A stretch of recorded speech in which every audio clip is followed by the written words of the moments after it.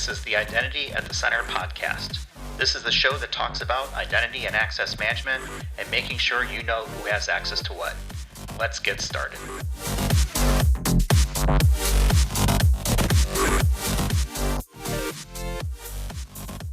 Welcome to the Identity at the Center podcast. I'm Jeff, and that's Jim. Hey, Jim. Hey, Jeff. How's it going? I'm pretty good.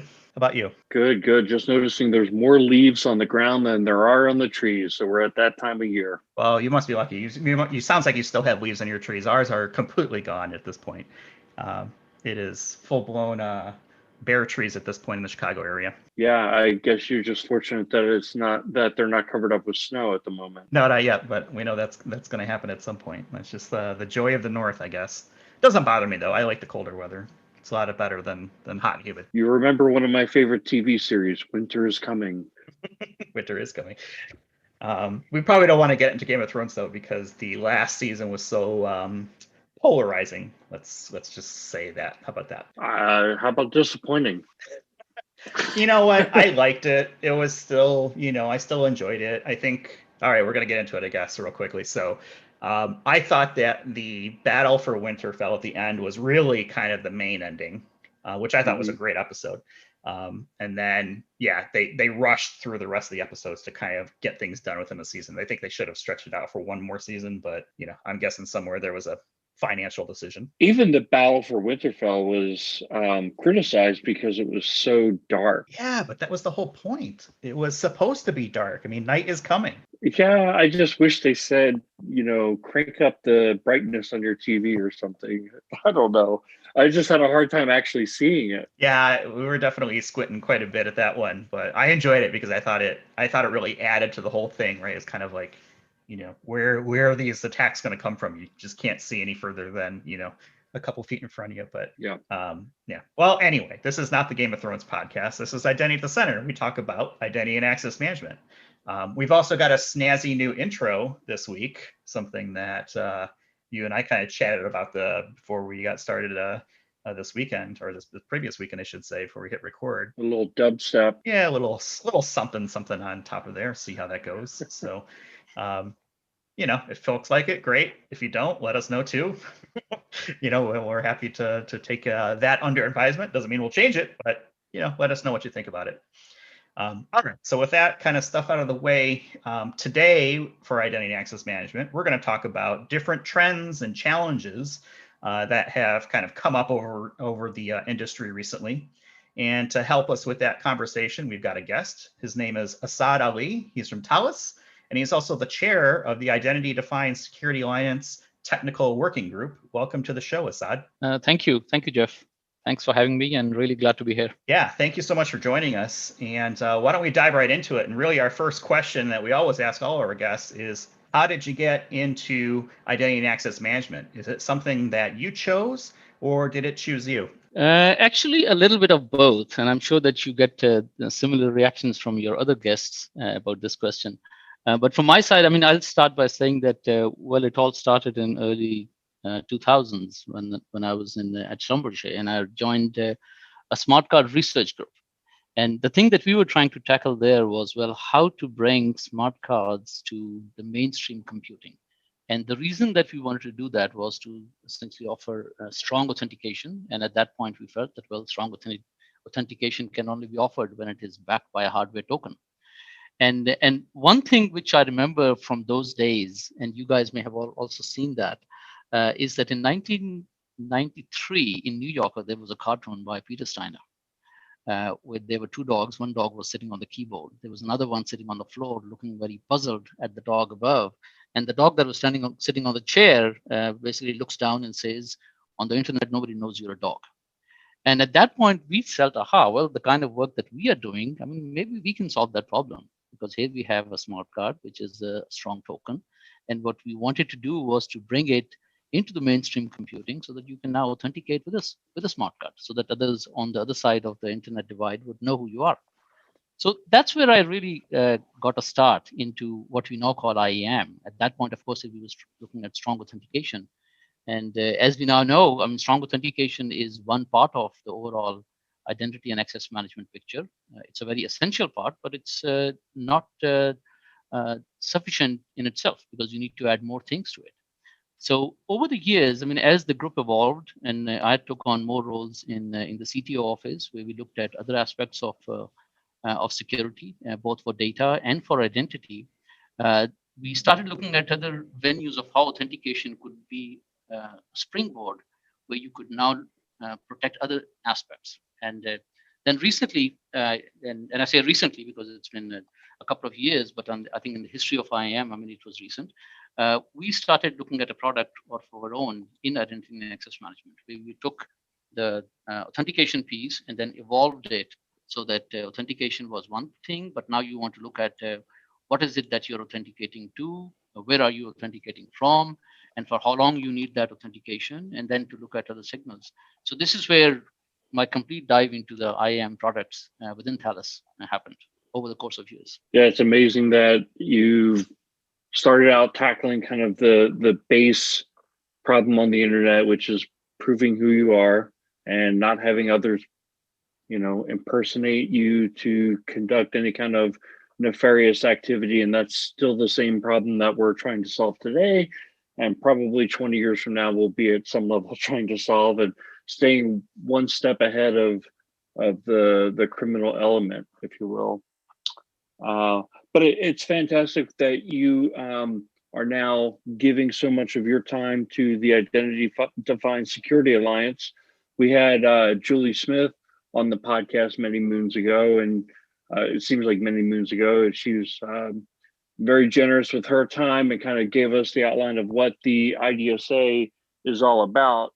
Wondering how you got involved with the group and what your role is at IDSA. So, Jim, as I mentioned, I mean, I started taking a deeper dive into IAM at around the time when Thales, that was Gemalto at that time, in early 2017, late 2016. So at that point, somebody mentioned to me that, well, there's this alliance of industry players which are looking at what's happening in the identity and access management space. And they mentioned that, well, there's a meeting in Palo Alto. Would you like to go to that? And I said, well, okay, let's go and see what things are happening and what other players are involved in this, so that we can actually learn from them and actually contribute to the industry, because we have our own, as I mentioned, a very strong and focus and background in authentication, and see how authentication plays in this space. So I remember taking a flight from Austin to Palo Alto, where the face-to-face meeting was. And at that point, I went there just to check things out to see what this new kid on the block was doing with IDSA. And I have to tell you, I mean, I was really impressed by the level of experience and the motivation that was shown by the people who were there at that inaugural meeting. And that essentially was the genesis of my involvement. I mean, that was probably the first meeting at that point. And at that point, I mean, it was not a fully funded organization. It was funded in part by Ping and by Optiv.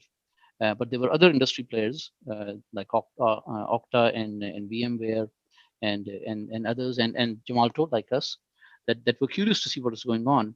And since then, I have been involved pretty much all along. I'm attending their calls and going to their face-to-face workshops. And then about 2 years ago, Julie offered to me the position of the chair of the technical working group, and I was really thrilled about that. And basically, ever since then, I mean, have been managing what goes on in the technical side of IDSA, managing the technical working group and coordinating the work of several subcommittees that we have now formed. So it's been a very interesting journey, and I fully enjoyed it. So what does a technical working group do? So the technical working group, if you look at it, I mean, when you look at IDSA, there are a couple of things that the alliance tries to do. One, of course, is to promote different hygienes about identity, make the concept of identity and security known to the general public, and that is done through various marketing channels. But before you can go to those marketing channels, you have to have some content. I mean, you have to say, okay, well, if you're talking about identity hygiene, well, these are the steps that you can take. Or if you're talking about the concept of zero trust, well, this is what we think zero trust really means, and this is how you should adopt it. And then the next question would be that, well, what are the things that you could do in sequence? So we give them various steps. So all that content of what to broadcast to the outside world, that is driven by the work of the technical working group. So you can think of technical working group as a think tank, or as a policy think tank in terms of what is happening in different organizations, the various member companies which are members of IDSA. So they bring their own expertise, and then collectively we basically put forward a roadmap, or a way of getting things done, or a timeline of what the customers should do in order to uh, get something which is really useful for their organization to address certain problems. So in short, the technical working group basically delivers the main content, which IDSA then broadcasts to its members. So, Asad, I would imagine that being over all the technical working groups, you are involved in all of them at some level, and it must be really educational for you. You must be learning at an amazing pace, considering all the big thinkers who are involved. Absolutely, absolutely, and sometimes it gets really hard to keep pace with the activities that is going on, and it's interesting that you mentioned that. I mean, all these parallel groups which are happening, and that itself evolved over time. I remember that when we were first participating in IDSA, the earlier 1 or 2 years, there was essentially one group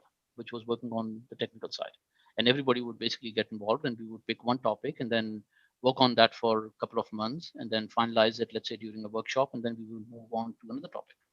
Now, as the organization grew and the the topics of interest also grew, that's where we thought of the idea of actually having things done in parallel. So at this point, we have about 7 parallel subcommittees which are working under the auspices of the technical working group. And you're right. I mean, sometimes I have to juggle from one group to the other, and I cannot attend all the calls. But I know that, I mean, those subcommittees are in good hands because the people who are leading them are really experts in what they do. One of those working groups is Zero Trust, and I know that Zero Trust has been around for a long time. Maybe didn't have that kind of that branding with it, but it's certainly become, I think, one of the hot topics in the IAM space, and it really kind of revolves around, basically not trusting anybody on the network, whether they're internal or external, or even on an app by app basis, and prompting for authentication more often maybe than not. What are some of the things that you've seen from that zero trust model, and how has it evolved over time? Yeah, I think Jeff, that's a very interesting question in terms of zero trust, because we know that, I mean, that is at the forefront of everybody's thinking and their roadmaps. So I mean, the way we see zero trust in IDSA in particular. So I'll mention zero trust, I mean, from the lens of IDSA, and then we can talk about maybe some various other aspects. Is that when you look at zero trust, I mean, of course, we know the history. I mean, it started off in 2010, so it's nothing new. I mean, it came out of the Forrester organization, and then Google basically published their academic paper on Beyond Cope, and then later on, Gartner basically got into the game, and in 2017, I mean, they had this Kata framework that they put forward, and then Forrester also came back again, and they talked about the Zero Trust extended version in 2018 or so. So we've seen this happening over time, but the question is that, well, other than this chronological evolution of various material which has been produced, uh, where does IDSA see zero trust happening? And the way we see it is that, well, uh, people generally think of zero trust at the network level. That the initial concept of don't trust only at the network level. I mean, do the authentication when people access the network, but then after that, keep doing continuous authentication. Uh, Even the literature that we see right now, for instance, the zero trust reference architecture that came out of NIST last year, it was still focused on the network. That, okay, well, you continue to do your security based upon the signals that you're collecting from the network. And what IDSA provided, and that was again the collective thought leadership of all the companies which are part of IDSA, was that, well, let's focus on identity. Let's not focus on the network. Let's not focus on the network. Let's not focus on the devices that the user is connecting from. Those can give you additional side signals, but the focus should be on identity, because in the end, it's the user which is asking for access and is being granted access to a particular resource, whether it's an application or whether it's data. So that's where we see zero trust fitting in. And having mentioned that from the IDSA angle, I mean, I can tell you some stories about how we see it on the Thales side. But I think before we go there, I mean, maybe it'll be interesting to see, I mean, what's your view of zero trust is, because I'm sure that you've been in the industry and you've talked to so many analysts and experts. So does this representation of zero trust, I mean, jive with what you have seen? I mean, from my perspective, I think the reason it is such a hot topic in IAM is because if you're going to have a zero trust approach, which I think makes a lot of sense, right? Because getting past that perimeter can happen either if you have a fumbled credential or somebody accesses a weak point in your wireless network or something. But the focus of it is that you have to be able to authenticate over and over again.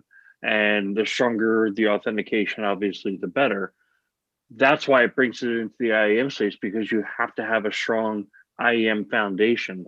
That's why, I mean, Jeff and I are obviously big believers in that. We've taken our podcast and called it Identity at the Center. That's the mindset, is that, when you build a strong identity foundation, it really ups your game completely from an information security standpoint. And, the traditional, I'll call it the traditional reliance on the strong perimeter. I remember when I first got into IT, it was all about the crunchy shell and the soft gooey inside, kind of talking about like an M&M, as the analogy for for a security approach. And Right. we just see that that's not sufficient these days. Absolutely. And I think another aspect of interest is that, well, how have people gone about solving this problem? And when I think about, I mean, what the current approaches are, it always reminds me of what we did, let's say, with authentication. So here we're talking about identity and access management, and we know the difference between IAM and authentication, and we know that zero trust is really critical to that. But authentication had its own problems, which were solved in a certain way, and I think we're trying to solve the IAM problems with zero trust in something which is related. And for the authentication side, if you remember, I mean, there was the pre-federation days, the pre-SAML and the pre-OpenID Connect days, and then the post days. And when I look at that, it reminds me, well, the problems that we were trying to solve there was that there were three players. There was the user, there was the enterprise, and then there was the service provider. And the status quo in the pre-federation days was that you go to the enterprise and they give you an account on the service provider, and then another account at another service provider. And pretty soon you have a list of about 10 different service providers that you had the accounts with, and you had to remember the passwords for all of them. So the user was not happy. You had the enterprise sitting in the middle. They were not happy because they felt that they were out of control.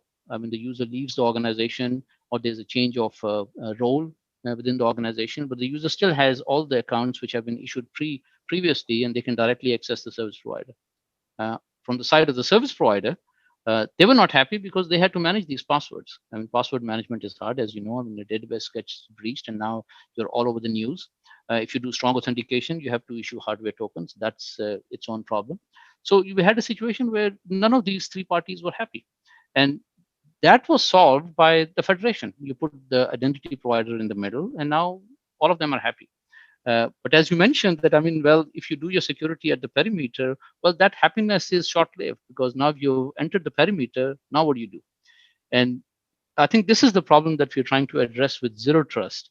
That well, even if you have authenticated through an IDP, you have entered the perimeter. What are you going to do now? So you have to collect all the signals then to make sure that there's a continuous monitoring of the user's activity that is going on. Yeah, and the next thing that I wanted to ask you about was another technical working group around artificial intelligence. But to me, it weaves into kind of the point you were just making around building a satisfactory user experience while at the same time not giving up security. Because I think a satisfactory user experience is, I don't have to be inconvenienced with your security processes, but at the same time, my expectation is you're going to keep my data secure.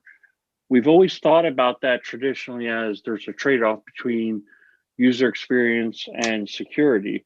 But now with the advent of AI, or not the advent of AI, but more the application of AI to authentication, we can really start to achieve and improve user experience and improve security at the same time. I'm wondering what your thoughts are on that. Absolutely, I'm fully in agreement with this. I mean, I fully agree with you that, I mean, with AI we can hopefully conquer that aspect, because so far, I mean, security and usability, they have been on the opposite ends of the spectrum. You can have one but not both. And interestingly, I mean, that's one of the things that we were trying to do back in the days when I was working on those secure elements and smart cards, to basically bring security to the mainstream computing. But with AI, I think we have we still have challenges. I mean, the field of AI has evolved quite a bit from the early days when Marvin Minsky, who was one of the founders of AI at the MIT lab, I mean, he used to basically tell his students, okay, well, make me a machine which can differentiate between a cat and a dog. And of course, with the computing resources which were available at their disposal back then, that was a very daunting task. But now when we look at AI, the abundance of data and the phenomenal power of computing that we have, I mean, that can become a reality. The other thing about AI is that, well, we can think about that in different layers. So one layer is, of course, AI. There's traditionally people know about that. Machine learning is basically another name for that, which I think is a more marketing name, because sometimes people think that, well, AI is old school. So let's talk about machine learning. And then even a further focused approach of machine learning could be the deep learning. So in machine learning, you basically have this idea that, well, give machines access to large amounts of data and then guide them to figure things out. Whereas in deep learning, you say, okay, well, we give them access to large amounts of data, but we don't have to guide them. They basically can learn by themselves. And I think it's that learning by themselves which is of interest when it comes to authenticating users. So one example of that could be that, let's say if I have my environment at home where I have have my laptop, and I have various peripheral devices which are either connected to it or basically just sitting around in the work environment. And if they are Bluetooth devices, I mean, they can communicate with the authentication application. And that application could continue to monitor their presence and then over time learn that, well, if Asad is in this environment, then it must be him. So back to the analogy of what we had, that, well, on the internet, nobody knows you're a dog. But in this case now, based upon the environment that you're in, I mean, you could assert that, well, these characteristics belong to the user that has logged in before and is currently logging in. So you're right. I mean, that is something which could be of interest in terms of how we perceive user authentication, and to do it without any burden on the user, as opposed to asking the user to log in every time, because that in a way could be one way. I mean, every time you go from one page to the other, the screen could pop up and say, well, please enter your password. But you may have some security, but not convenience, not by a long shot. Yeah, I think the trend right now that I'm seeing is from a user authentication standpoint is to move more towards recognition and being smart about identifying people, who they are, using different signals ahead of time, whether it's keyboard cadence or mobile phone or network, or maybe it's a combination of all that stuff, and the AI and the machine learning, right, which is probably a marketing term, right, help with that recognition so that the systems can be smarter about when and where to authenticate. I think that's the trend that I'm seeing as well. Absolutely, absolutely, and that's something I think people have tried to do in the past, but that was limited to the network analyzer. So they would analyze where the user is coming from. But now I think instead of just looking at the network, you are looking at everything which is surrounding the user's environment. And I think this is where AI, as you rightly pointed out, I mean, it can have a big impact. One challenge that I've seen with AI implementations in access management systems is that I feel like proprietary algorithms are applied, and there's not a lot of control provided to the team administering the system to kind of move the dials to say what is going to be triggering activity. What are your thoughts there? Are you seeing the same thing? I think so. So proprietary algorithms, that could be an issue. You're right, because I think in the end, I think it's only how well you train the model, and so those algorithms could certainly be a factor in it. Another factor could be the data that you feed into those models. So sometimes, I mean, the algorithms could be made public, and now it's basically the strength of the data or the relevance of the data which could generate whether your model predicts the right things or not. And that's where I see some of uh, the pitfalls of AI in what people have called the AI bias. Because and a good example of that could be that, let's say, if your model is looking at predictability of success, that which employees, let's say, in an organization would succeed, and if the model is looking at, okay, well, what have been the predictors of those of such a success in the past, and they look at, okay, well, all the people in the organization, high posts in the organization are all white males. So that could actually feed into the model, and that could have an adverse effect on diversity. So people have talked about having a data set which is uh, relevant for the future and not essentially looking at the past to see what has happened in the past. So you're right. I mean, the algorithms can make a difference, but so can the data which is fed into those algorithms. Right. That's an interesting perspective, especially when you go beyond the employee population. You're talking about a public service. You have to make sure that it doesn't have certain biases which are unfair to certain populations. Absolutely.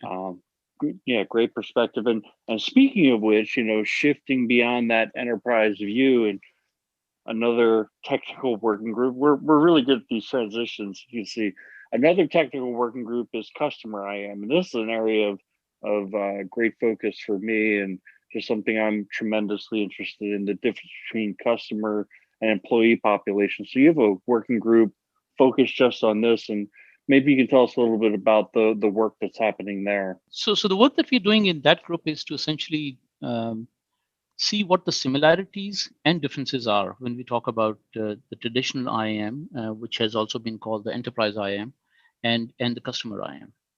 And it's fascinating to see that, well, there's quite a bit of an overlap, because in one sense, I mean, everybody is a customer, but in another sense, I mean, there's stark differences.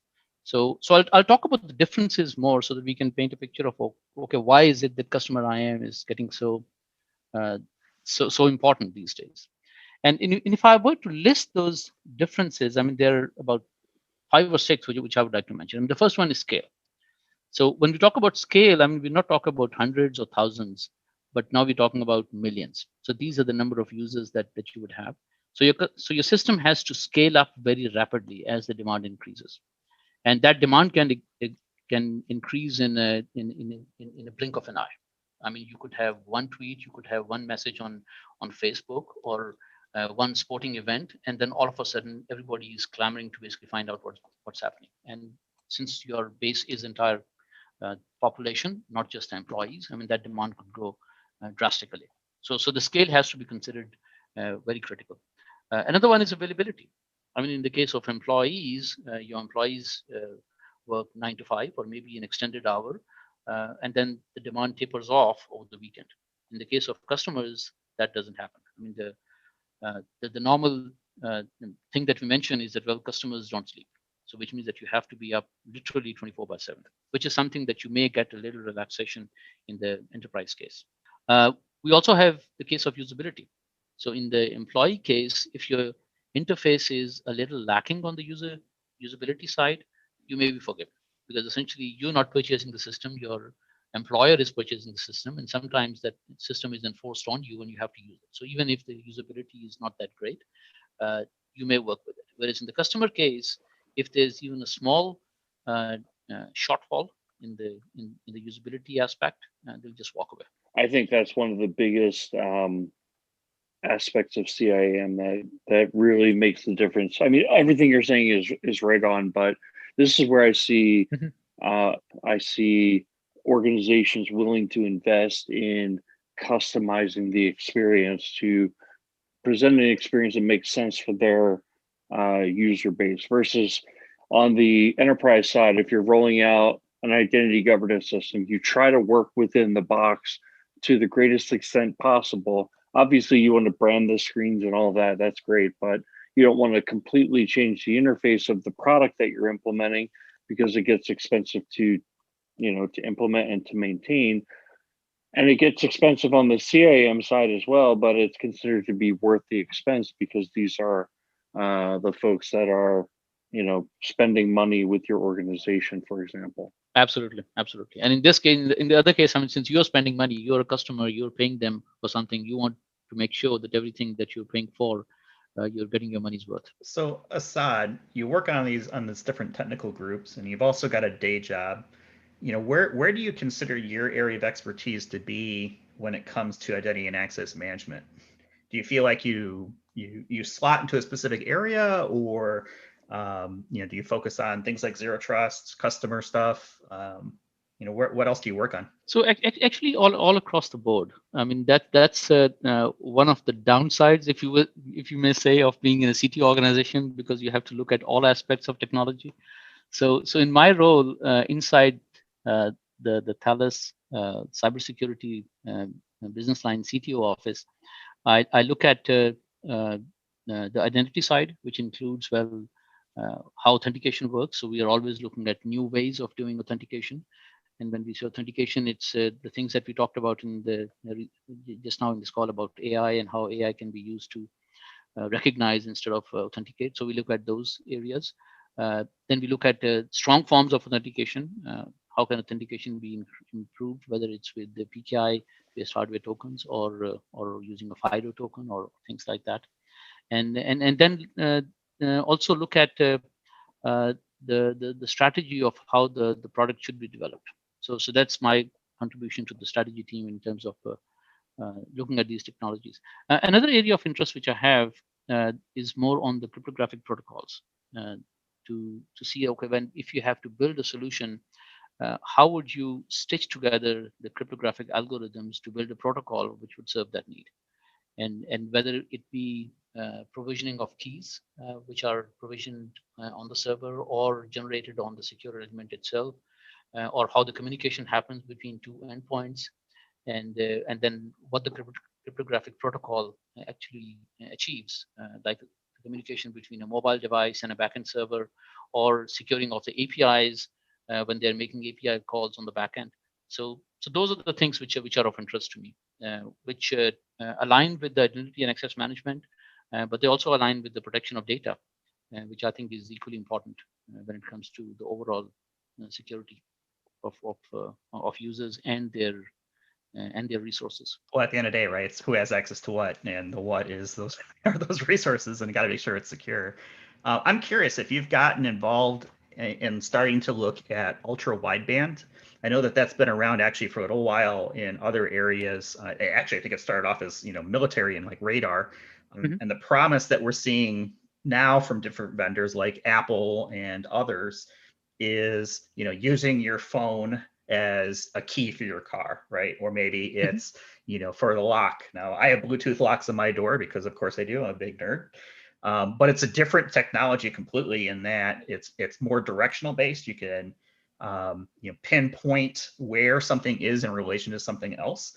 And I'm curious if you've seen any application around that in the security space, when it comes to identity management. Yes, I think there've been quite a few cases. And again, I mean, since Thales works in the digital space, so we have uh, quite a bit of experience in how these digital devices can help you in day-to-day lives. And examples of that could be uh, your uh, uh, your bus or your train cards. So basically in transportation system. So that's quite heavily used in Europe.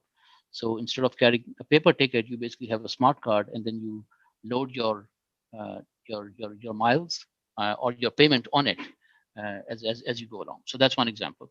So another example could be in your passports, for instance. So for instance, when we have the digital passport that is issued by the US, I mean, it has a smart card chip in it. So that would be another example of where a secure device could be used to basically prove your identity at the port of entry. A third one that comes to mind is in the banking sector. So, for instance, in the banking sector, we have the new cards which are issued by the banks. Instead of having a mag stripe at the back, they have a smart card chip in it. So that chip can provide better assurance about your identity. It can provide better assurance about the transactions that you do, and thereby increase the overall security posture, not only for you but from the banks as well. Because otherwise, I mean, they would be left holding the bag in case there's a fraud and they have to pick up the tab. And I think it's interesting because I see an opportunity to leverage something like ultra wideband, which, all the use cases we've kind of been talking about here, could be done through things like NFC, or, other wireless protocols, RFID, et cetera. I think a promise that I can see for ultra wideband is it can be used as another potential authentication factor just through the orientation of it. We were talking about AI and machine learning earlier, and because you can detect the space between and the orientation, right? Maybe I use my phone in my left pocket versus my right pocket, right? And that's, you start to establish kind of behaviors and patterns. And I could see that potentially being another avenue for, authentication to take advantage of a technology, like that, or similar to it at least. Absolutely, absolutely. Because I think when we talk about the proximity, so we talked about the proximity of these peripheral devices to your access device, but now it's also the proximity of those devices to other sources that you're trying to access. So you talked about the payment system. You say, okay, waiving a card, as you were mentioning. So that's one way of saying, okay, well, you waive the card at the point of service. So instead of paying with your credit card where you insert the strip, you now just waive that. So I think that in a way, I mean, if you look at the evolution of how payments have been done, I remember that long time ago when you took your credit card, I mean, they had to basically put a paper on it and then basically slide it back and forth to get an imprint of the card. And then later on, you said, okay, well, you don't have to do that back and forth sliding. You can basically just slide it on a POC. And then came the chip, where you can, instead of sliding it, you just insert it and then wait for it and then you take it out. And now, as you mentioned earlier, I mean, you could actually just wave it at the POC. So I think that proximity of the device that is used as an authenticator and the other device that you're trying to access through, I think that's a very interesting concept that you mentioned. Well, I know you've been, very generous with your time to here with us today, and want to go ahead and start to get things wrapped up so that we can let you get on with your day. Before we get going, are there any kind of final pearls of wisdom or knowledge that you would like to impart upon us, Asad? I think that what really fascinates me is this confluence of identity and data. And people have been talking about that, but I think it needs to be given a little more attention. That how can you protect your data where the way data is encrypted or the way the data access is granted is not just a simple access control list, which is triggered based upon your authentication.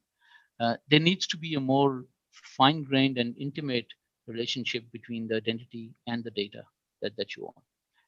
And that's becoming even more prominent now, because instead of keeping data in your private repositories, enterprises are pushing it to the cloud. So now it is kept in Google or Azure or Amazon. And the question is that, well, you put it there, but then how do you protect it? So there are different levels of protecting. I mean, you could protect it just with the key which resides with the service provider, or you could protect it with a key which is tightly bound to your identity. And I think moving forward, that would be an area that would be of interest to me, and I think it's of interest to a lot of technologists and think tanks and other people in the industry to solve that problem. And if you can do that, that to me is the holy grail of how identity and data can be combined. A lot of stuff to think about there, and I can certainly see different keys for different use cases and different scenarios where it's adaptive. So good stuff to think about. Appreciate it, Asad. Jim, anything else that you want to bring up before we let Asad get on with his day? Sure, yeah. So I had a little time today, and I pulled up an old favorite from 2005, Kim Cameron's Laws of Identity, and I just reread it, and I'm like, man, this thing is genius. So 2005 was around the time I was just getting into the IAM space. I had my first project and started going to some of the conferences, and I was at a conference shortly after this was published, and I just want to recommend it for anybody who's listening to the call. If you're not familiar with it or you haven't read it in a decade or something, go back out to Google, look up Laws of Identity, Kim Cameron. He was out of Microsoft at the time when he wrote this. And it's amazing. It was written 15 years ago. Honestly, you read it and you're like, this could have, 90% of this could have been written yesterday. It's so foundational and fundamental to our industry, and it really helps you clarify your thinking. There's a whole section on,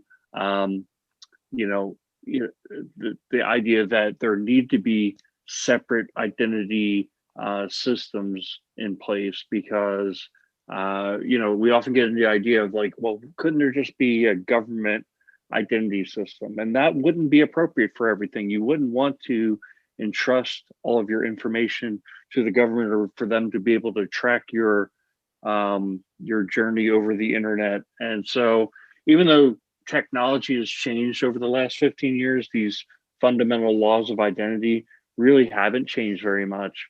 So I just, if you have an hour, or you want to dive deeper, get more foundation in this industry, I recommend going out there and reading this 12-page document. I'll put a link to that in our show notes too, so that people can find it really easy. It's Kim Cameron's Laws of Identity. It's kind of the I don't know, the manifesto for identity, and making sure that people kind of think about it. It is amazing that it was written at least 10 or 11 years ago, I think it was. So thanks for that. 15. Wow. Okay. All right. So with that, we're going to go ahead and wrap it up. Asad, thanks for joining us. For those that are interested in connecting with Asad, I will have a link to his LinkedIn profile, as well as the IDSA on the show notes as well, so people can check that out. And you can always connect with Jim and I on LinkedIn as well. Appreciate it when we get those out there, and always happy to have a conversation with folks about identity management. And if you've got ideas for show topics, et cetera, don't hesitate to ping one or both of us. And you can visit us on the web at identityatthecenter.com. You can follow us at IDAC Podcast. I've been trying to up our meme game when it comes to identity. So if you've got ideas for that, or if you have something you want to share, send it to me, and I'm happy to retweet it there, or however we can get the word out about some kind of LOL around IAM. So, all right. Well, with that, we're going to go ahead and call it for this week. Thanks for listening, and we'll talk with you all in the next one. You've been listening to the Identity at the Center podcast. If you like what you heard, don't forget to subscribe and visit us on the web at identityatthecenter.com.